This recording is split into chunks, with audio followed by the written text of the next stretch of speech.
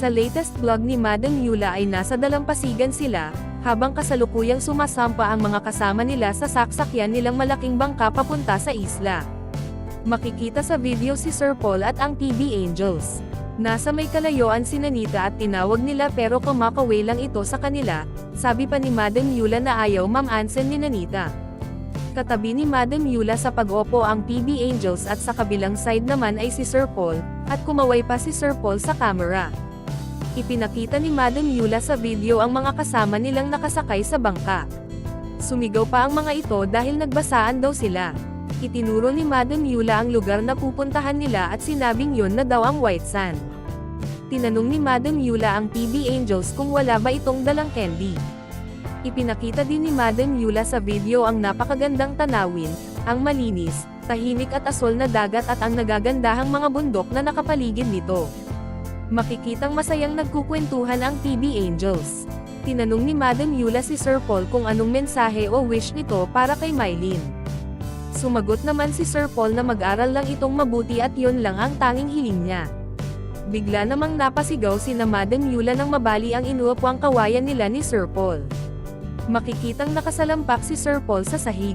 Sabi naman ni Madam Yula na natakot siya at baka nahulog na yung mga gamit niya. Sinabi naman ni Madam Yula kay Mylene ang wish ni Sir Paul at tinanong kung anong sagot nito. Sumagot naman si Mylene na opo, sinang-ayon na naman ito ni Madam Yula at sinabing nag-aaral naman ng mabuti si Mylene.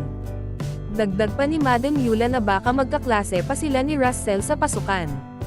Sumagot naman ang dalawa na magkaklase nga daw sila at yon ang sabi ni Ma'am Nida sa kanila.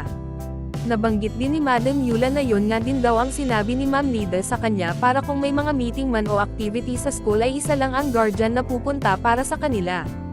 Makikita namang kumakain ng pansit sina Russell at Mylene, nagbiro pa si Madam Yula na ang tawag ng pansit sa lugar nila Russell at Mylene ay bihon peren. Sinabi pa ni Madam Yula na inseparable na sina Mylene at Russell, lagi na itong magkadikit at nagyayakapan pa. Tinanong naman ni Madam Yula si Russell kung anong mensahe nito para kay Mylene sa birthday niya. Sumagot naman si Russell na happy birthday. Tanong naman ni Madam Yula kay Mylene kung anong masasabi nito sa pagbati ni Russell. Sumagot ulit si Mylene ng thank you. Natanong din ni Madam Yula ang dalawa kung ano ang mensahe o wish nila para kay Sir Paul. Ang wish ni Russell para kay Sir Paul ay sanay patuloy pa rin ang pagtulong nito sa tulad nilang mga katutubo. Ang wish naman ni Mylene ay sana huwag magbago at huwag magsawang tumulong si Sir Paul sa tulad nilang mga nangangailangan. Nagpasalamat naman si Mylene kay Sir Paul at sabi naman ni Russell na I love you Daddy Paul. Makikita din sa video si Ma'am Nida habang naglalim ito. Dumating na nga sila sa isla, sa Balibara Beach. At dahan-daang nagbabaan ang lahat. Nauna nang bumaba si Nanita, tumalon ito sa may gilid ng bangka. Magkasabay namang tumalon si Russell at si Mylene. Sinabi ni Madam Yula na ang galing at ang bilis ni Russell lumangoy. Makikita sa video na masayang lumalangoy ang mga ito. Nabanggit din ni Madam Yula na walang dagat sa kanila at tanging ilog lang mayroon doon, sinabihan pa ni Madam Yula ang mga ito na wag pumunta sa malalim.